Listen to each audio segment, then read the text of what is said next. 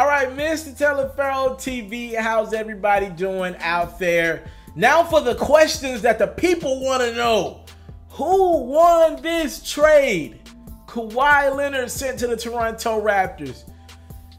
DeMar DeRozan, DeMar DeRozan, freaking Jakob, and also a first-round pick sent over to the San Antonio Spurs.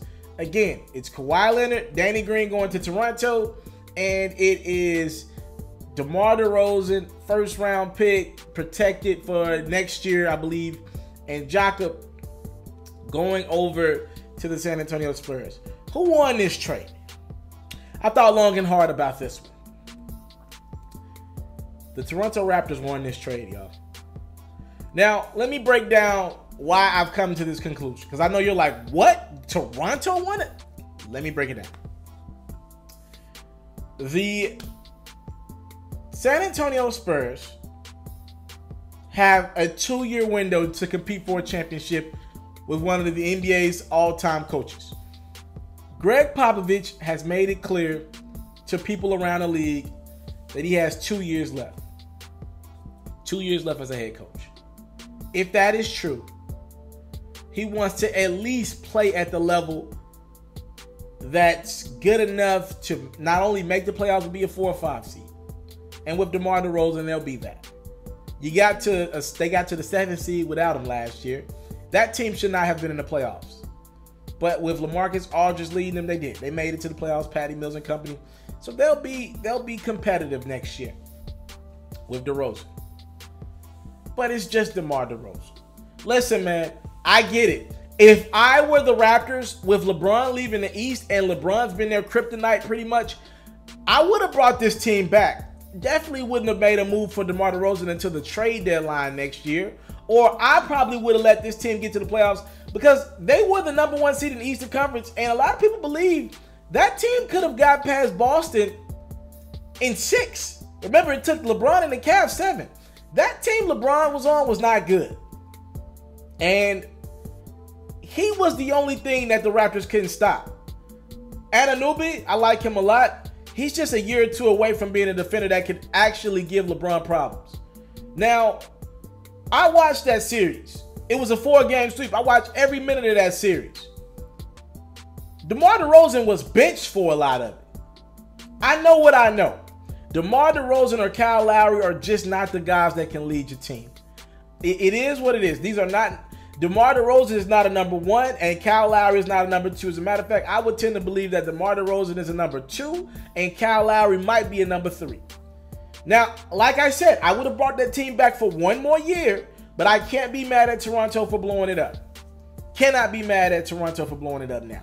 You are never getting over the hump. Let's be honest. If the goal is to win a championship, which I think is every team's goal, I'm not 100% sure. But if that's the goal in Toronto, you know without a shadow of doubt you were never going to do that with DeMar DeRozan leading your team. Now, that's not to say you're going to do it with Kawhi Leonard, but I will say this. Kawhi Leonard with a very subpar San Antonio Spurs team a year ago, a little bit over a year ago, he had the Golden State Warriors down 1-0 in freaking Golden State. And he's got more with this Toronto Raptors team overall than he had with the team that he was playing on with the Spurs. Now, again, Spurs, they're going to stay competitive, but I just think the Raptors won the trade. Worst case scenario for the Raptors. Worst case, you lose Kawhi Leonard and you start this thing over. I think Lowry will be off the books in about a year or so. Valanciunas will be off the books in about a year or so. Ibaka, you start this thing over. You go to the lottery. Now, there are a lot of people out there who's like, yo, the Raptors should just be fine with making the playoffs every year. I don't want that I want to start over and go get me a star. I'm not one of those guys who just wants to be good, right? Look at the Raptors season last year. They got to the second round of the playoffs and got blown out by LeBron and the Cavs. Where does that get you to me in the NBA? You support a team they're good enough to win regular season games. They can never get over the hump. Those ticket prices still go up, right? To me, what does that get you? You can't get a lottery pick with that team. To me, what they're doing now is saying, yo, either we're going to convince Kawhi Leonard to stay We're going to start this thing all the way over. What happens if you get Kawhi Leonard in, he likes Toronto, you make it to the finals, and you convince him to stay? He pulls a Paul George. I doubt it. He doesn't want to play in cold Toronto. But I think it's worth the risk. It wasn't like you're giving up. The only thing with Toronto, I'd say, is when you let go DeMar DeRozan, you let go one of the only few guys around the NBA that wanted to be in Toronto. That's tough.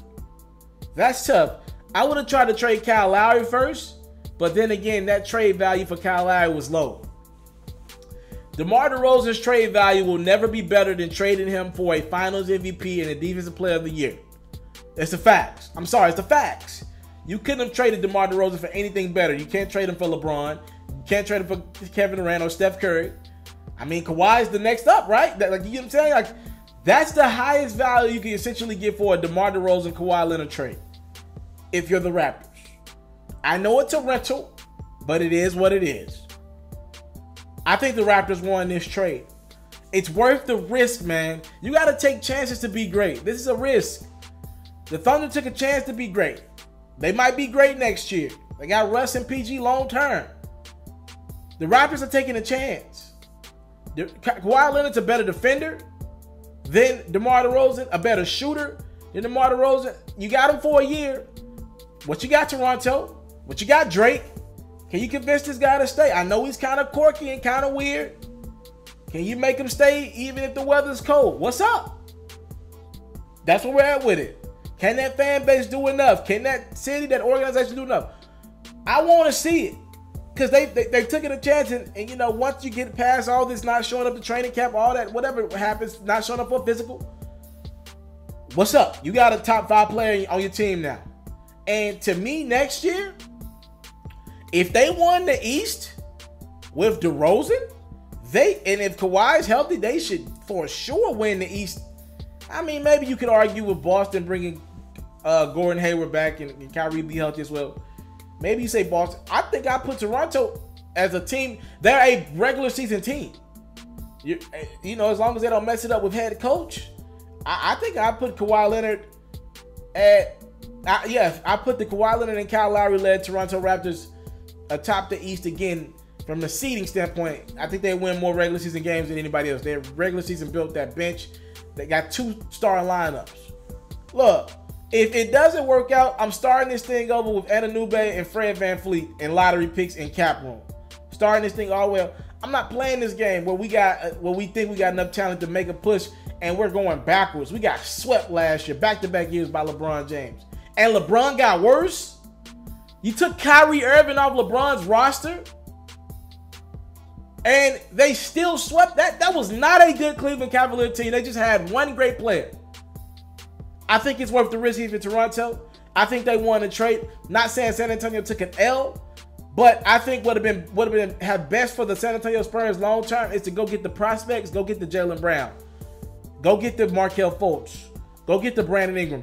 But they're thinking 2-year plan, Pop's leaving in a couple years and retiring.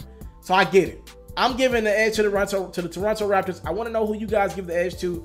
Who won this mega trade for the NBA? Thank y'all for the time, love, support. Please drop them in the comment section below. All answers are I want all answers, right? All answers are accepted on my platform. I'm out. I want to salute you, homie, you know, for building your own thing and doing your own thing, creating your own platform, your own website. I got one life to live out my dreams, and I'm giving this thing all I got. I interview celebrities. I talk sports. I represent the culture. Right now, you're turning up on MrTaliaferro.com, shawty.